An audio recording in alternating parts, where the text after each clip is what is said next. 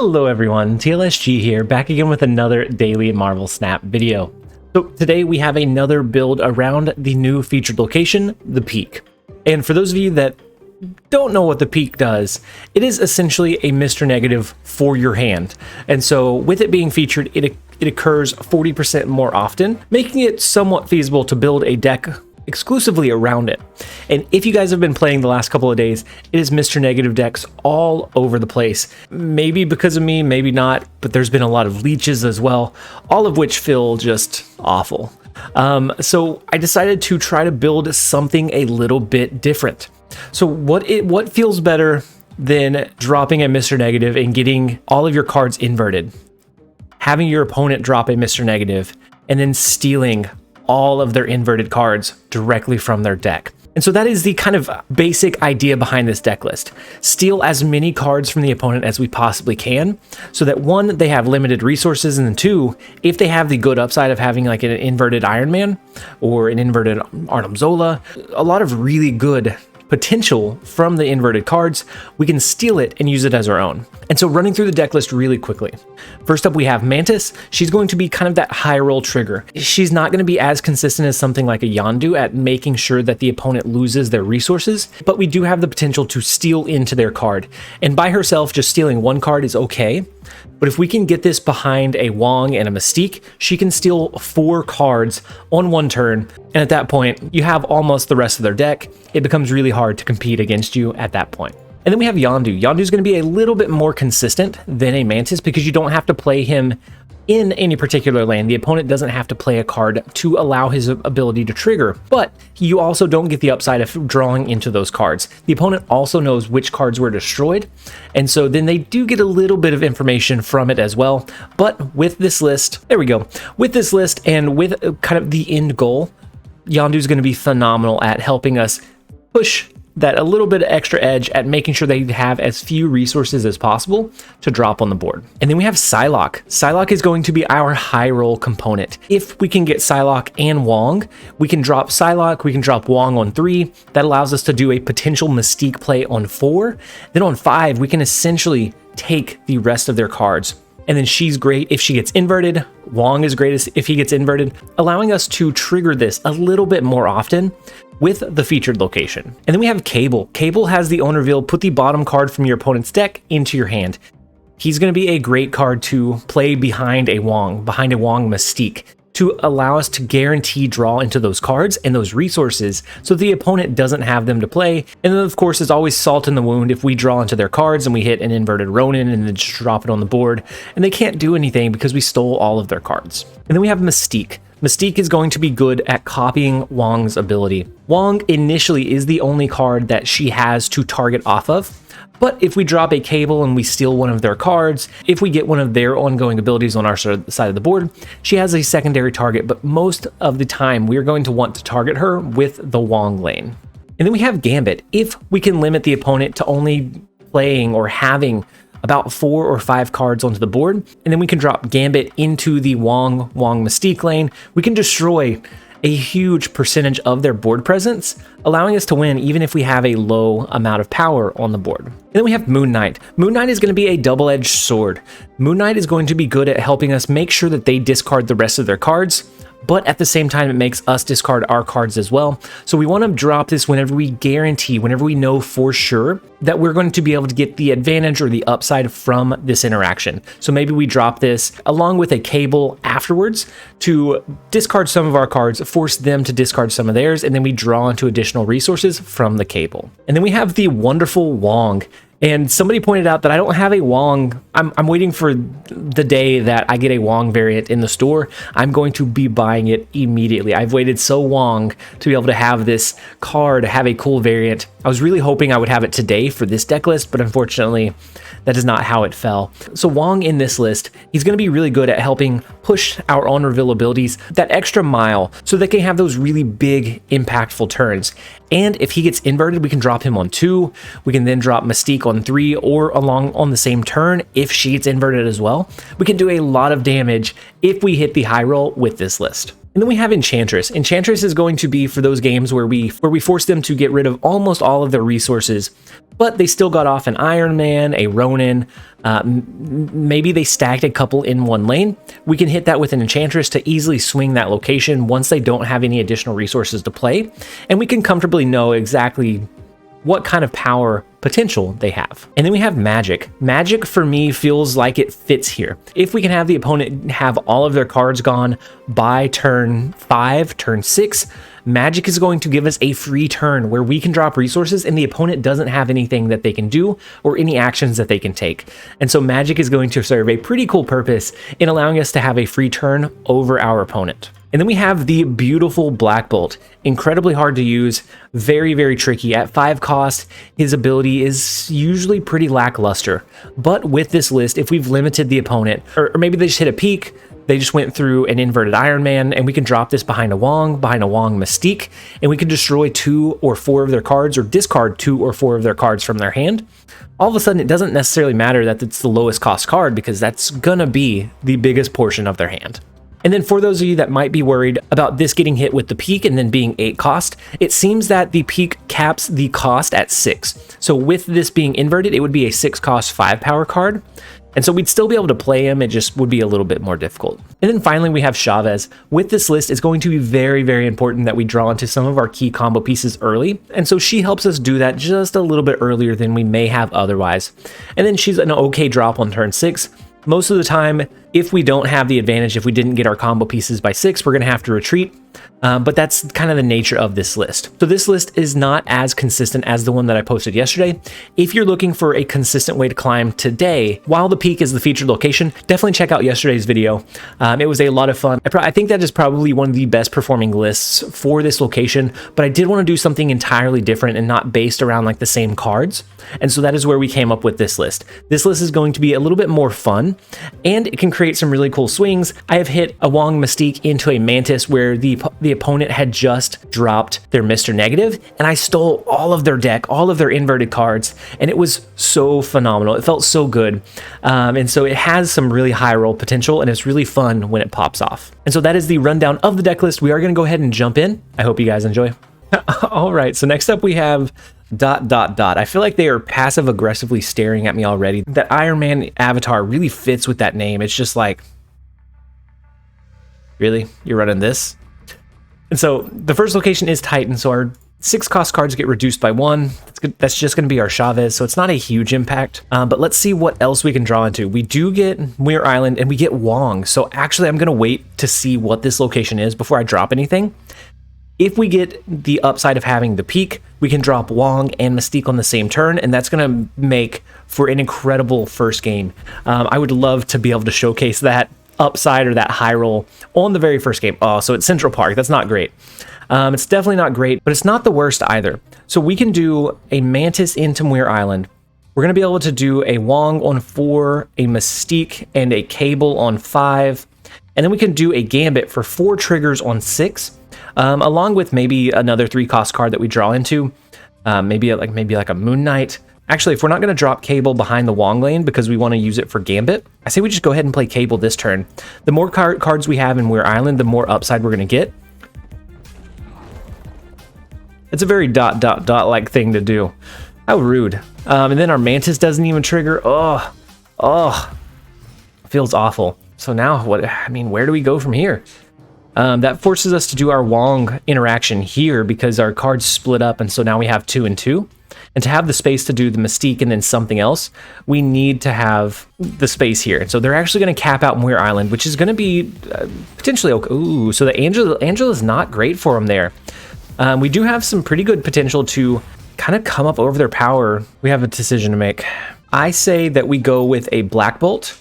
That is going to cause them to discard 2 of their remaining 5 cards in hand.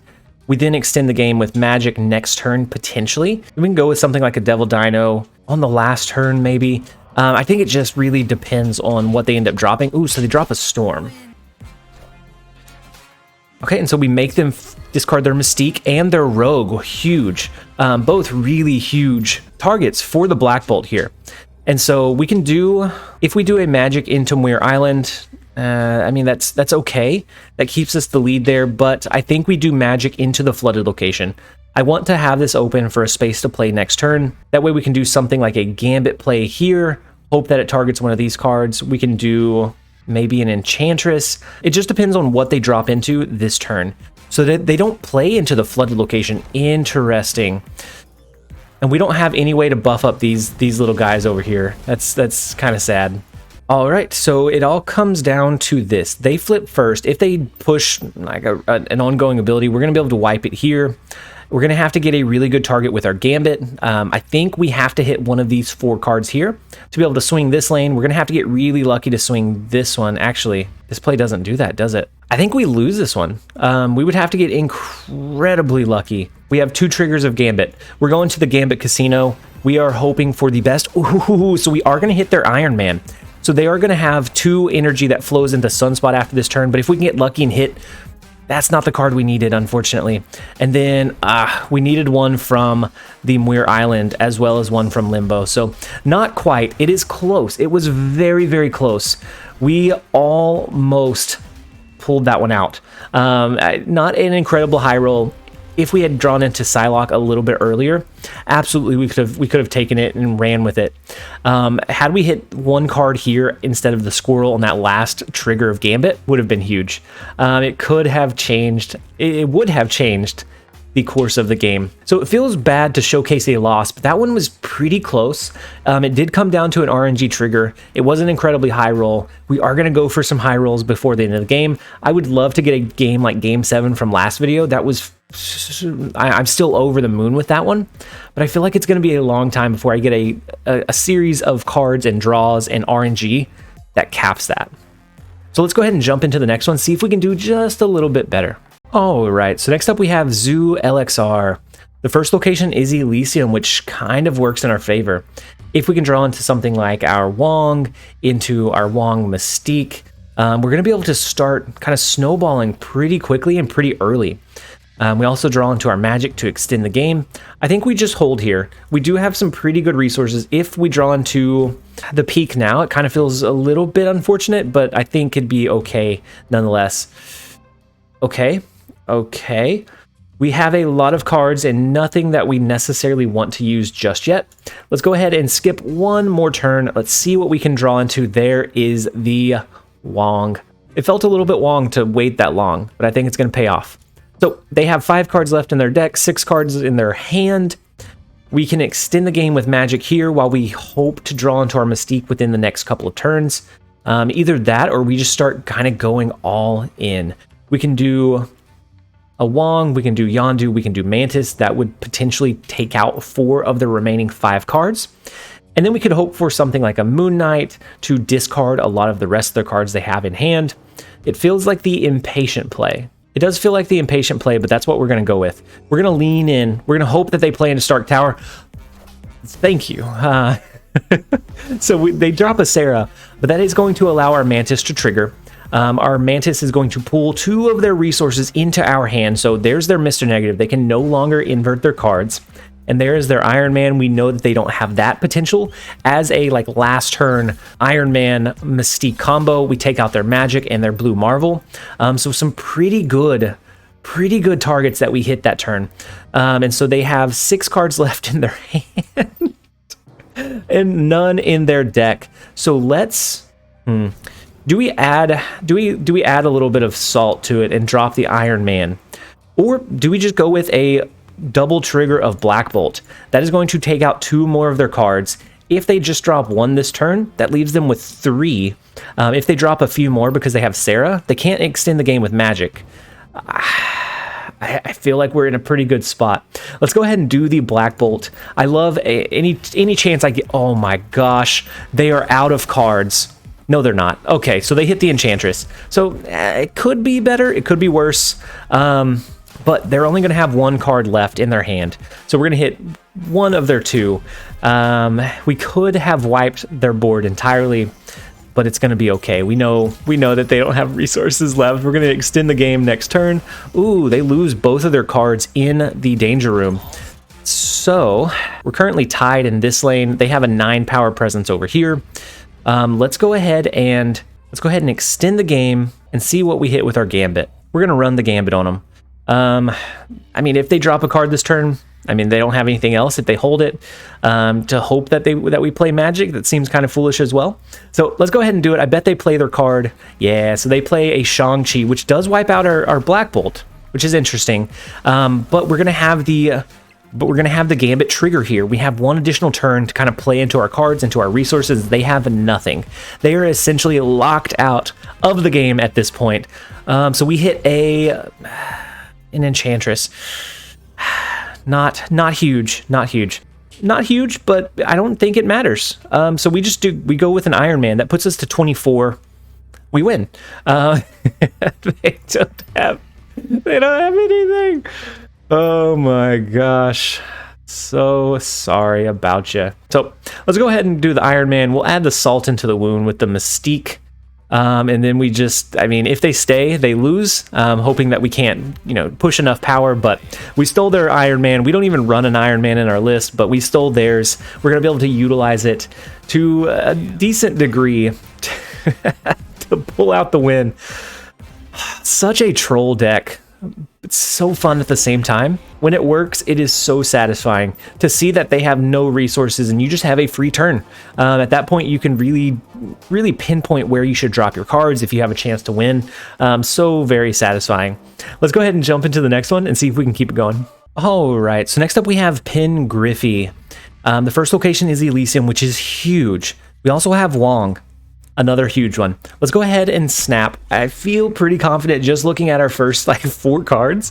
We're going to be able to do a Wong. On that same turn, we can do a Mantis and a Yondu. If we're confident that they're going to play a card there. If we draw into our Mystique at some point, huge. If we hit the peak, even bigger.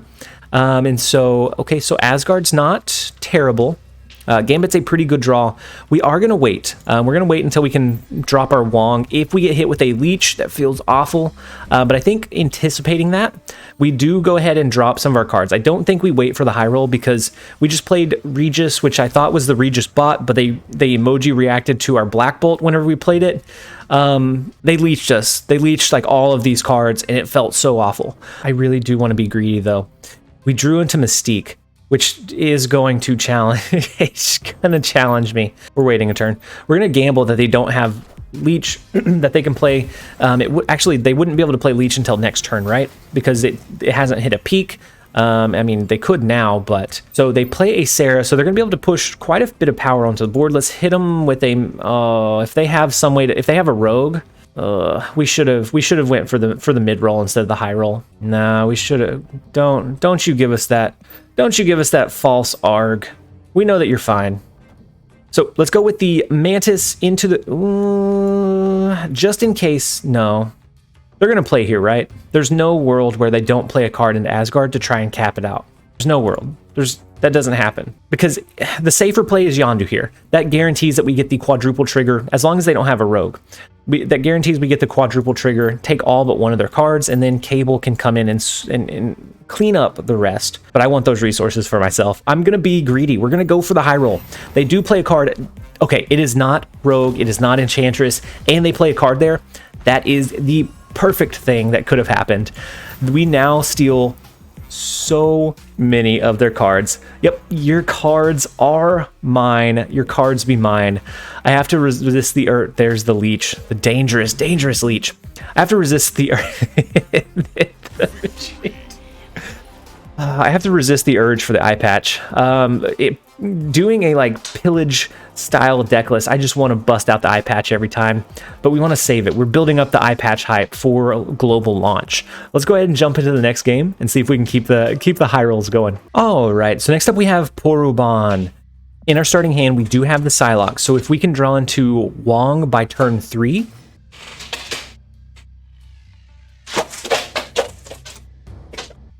girls, it is 1 a.m. Cut it out. If we can draw into Wong by turn 3, then we can drop him on the board. We're going to get quite a bit of upside from that interaction. If not, it doesn't feel great, but we are going to go ahead and drop our Psylocke. So it doesn't look like it pays off for us. Do we go ahead and start triggering some of their cards? Death's Domain is on the board. They drop a Colossus, so they may be running something like a Destroyer.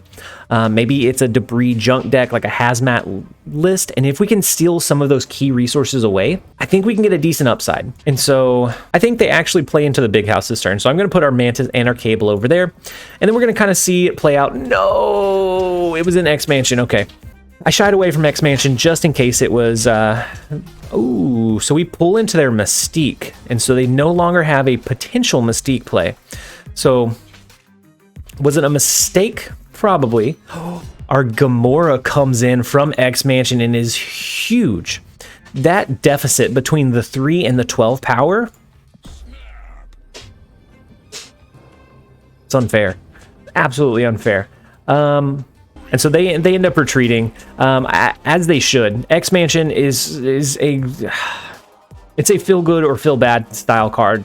Very rarely do I find that the cards are just like kind of like close in power level. Usually it is a deficit of a huge margin. And so we're going to go ahead and rinse and repeat. That one... Of course, we didn't draw into our major resources. We just got lucky. That one had nothing to do with our deck list, and everything to do with the X-Mansion drop. All right, so next up we have MOGK. I'm not sure if that's MOGK or spelled out MOGK. But we have Wakanda as the first location, which kind of hurts our potential Gambit play. They play an Ebony Maw over into the far right lane, so a lot of times that's either like a wide deck, so something that's going to run a Storm, something that runs like a Doctor Doom, something that can push power into that lane after the fact, or a Spectrum like a Wong ongoing list. And so we have Wong, we have Mystique, we have Cable. Let this location be the peak. If this is the peak, we play all three of these on the next turn, and we just go wild, absolutely wild. That is the goal. That is the idea. That is the hope. So it is another ongoing card. So I anticipate like a Spectrum ongoing. Guys, it is happening. Wait, we can't play all of them, can we? No. But just in case this turns in to the peak and it inverts our inversion, we want to play as many... No, we can't. I was going to play this here to change the mirror dimension. We have an extra turn, but we can't do that. So let's go ahead and do... the Wong into the Mystique into a Yondu. That is going to destroy 4 of their remaining 6 cards. If they hit a Mr. Negative here, that's going to feel so satisfying. And then depending on what they drop, I mean, we might also destroy their Wong, their Mystique, their Spectrum, and have like their late game strategy ruined. So let's go ahead and lock in the Yondu. That's not going to be location specific, so we can play it over here. Oh, I'm glad we didn't play it into Wakanda. That would have been awful. That would have been so feel bad. So they drop a Cosmo, which does stop the on-reveal abilities, but we can't be stopped in the peak location. There's an Iron Man, great target. Mojo, pretty decent target. Ant-Man, not as great. And then Quinjet. Okay, so we didn't hit their Wong, we didn't hit their Spectrum, so they still have those potential play paths. So they still have those potential cards that they're going to be able to drop. We're not going to be able to extend the game unless we do it in the peak location, which does not feel like something that we want to gamble with. I don't really want to play into the peak location. So I'm going to go with a Psylocke play and a Cable play in Wakanda. That is going to take their last remaining card from their deck. They're going to have to operate with just what they have in their hand. If we can draw into Black Bolt, we can even take that. We can rip that away from them too. So let's go ahead and hope. We're hoping. Ooh, so an Omega Red. Interesting. Very interesting Omega Red over on the right-hand side. They don't have a... Ooh, Claw's a nice touch. They don't have an Iron Man to really propel that power level up to like really good levels. So we're going to end up getting rid of Claw. I would like to drop Claw on the board because that +6 from the ongoing ability feels nice, but stopping them from dropping anything else onto the board, also, it feels better. Let's do the Moon Knight. That is going to discard our remaining 2 cards, but their remaining 2 cards as well, and then we also have the Magic on the board. So then it comes down to the last turn play. So if they had a Spectrum that they were holding, if they're really trying to lean into this Omega Red, we're going to be able to stop and counter that. There's the onslaught that gets discarded, so no such luck. So we are currently winning. We're currently winning in Wakanda and in the peak.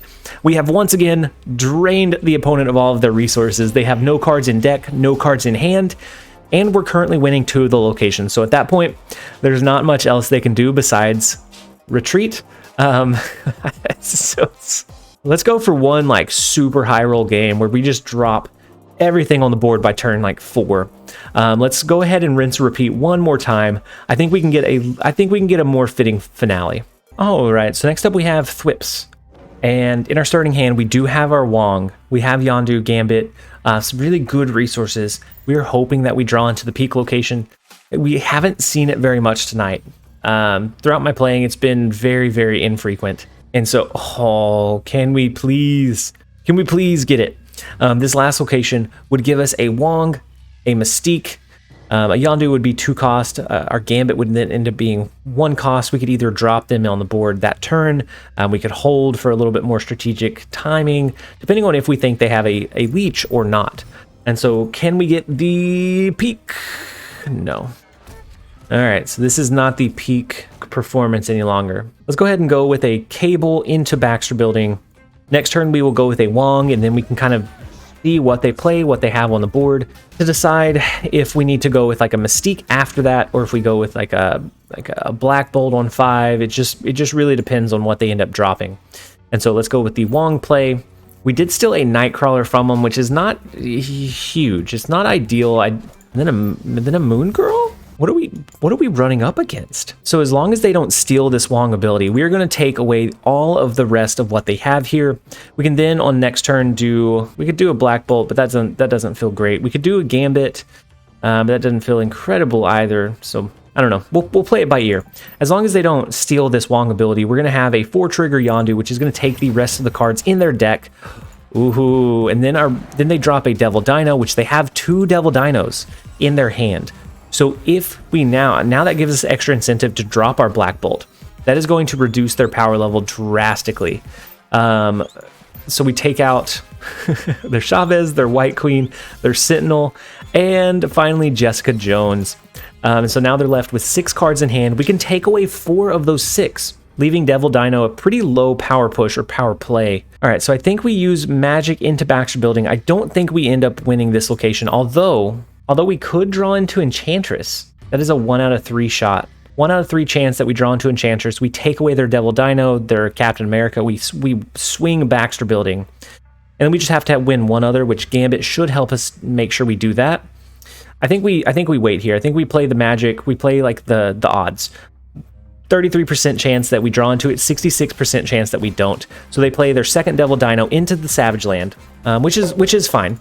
They have 5 cards left in hand, which is still pretty big. Let's go with a 4 times trigger of Gambit. We're going to move our Nightcrawler over into Savage Land. If Gambit triggers and hits this Devil Dino, we can win this lane. If it triggers over here, it's going to have to hit more than 1. It's not great odds. It's not a great percentage chance. We are going to make them discard 1 of the cards in their hand to make their Devil Dinos a little bit smaller, but being a 5 base cost already, it makes it a little bit more difficult than if they were at 0 power. So they drop a couple of cards on the board. They drop a Cable, which we'll draw into one of our cards, which is kind of interesting, and then an Agent 13. So then our Gambit comes in. It hits not a high priority target yet. We need this Devil Dino. We need this Devil Dino or this Devil Dino. We get one more chance here, right? Ah, gosh. Well, the Gambit Casino failed us. It hit a lot of cards, a lot of options, not any that we needed. So let's rinse and repeat. The losses feel so bad, but the wins feel so good. Again, this is not necessarily a consistent deck list. This is more of a fun deck list to play around the Mr. Negative peak location to try to get as much upside as we possibly can from a potentially negative situation. All right, so next up we have Caseus. The first location is Dream Dimension, so turn 5 is going to be a little bit difficult for us. I don't want to play our Mantis just yet. 1, it's really hard to anticipate where they're going to play on turn 1, or if they're going to play on turn 1. And then 2, I would rather hold it until we get a little bit more upside.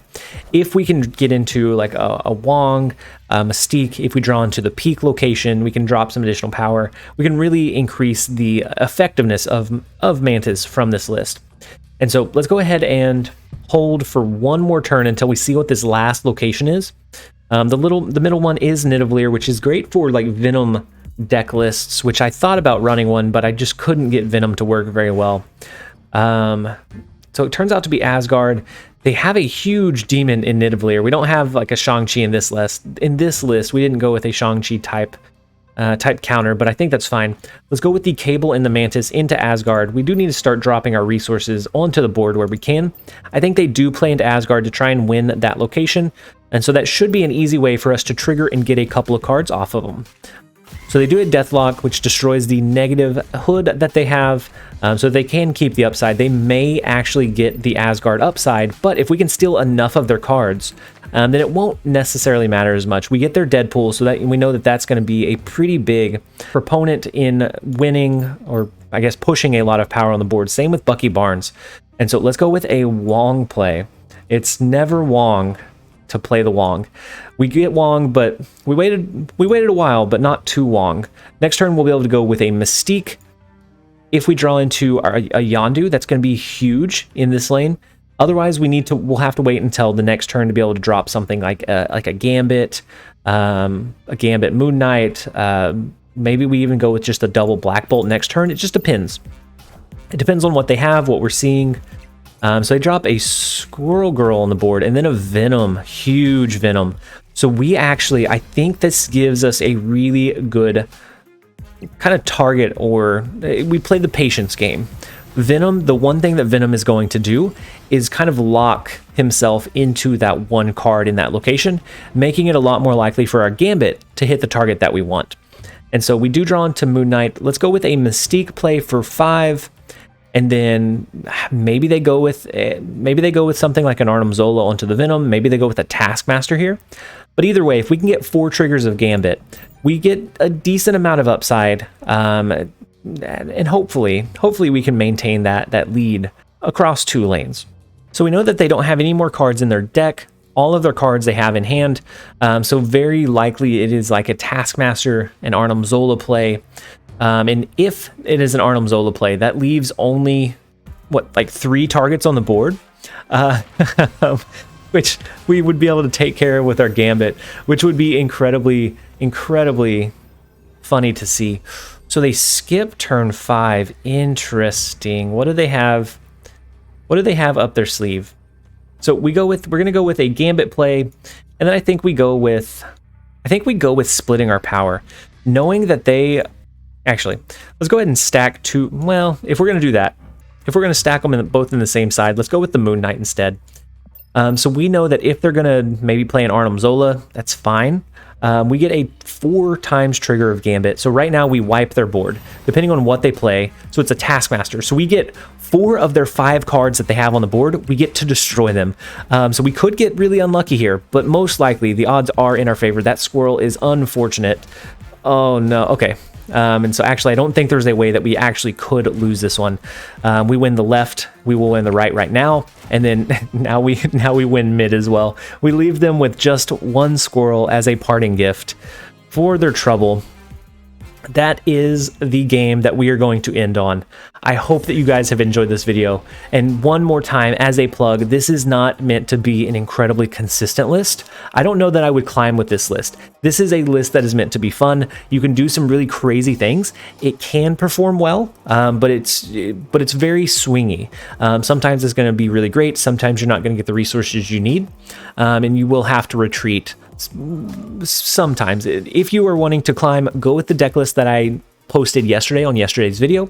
But otherwise, I hope that you guys enjoyed the video. If you did, make sure to give it a like and a comment down below. As always, this has been TLSG.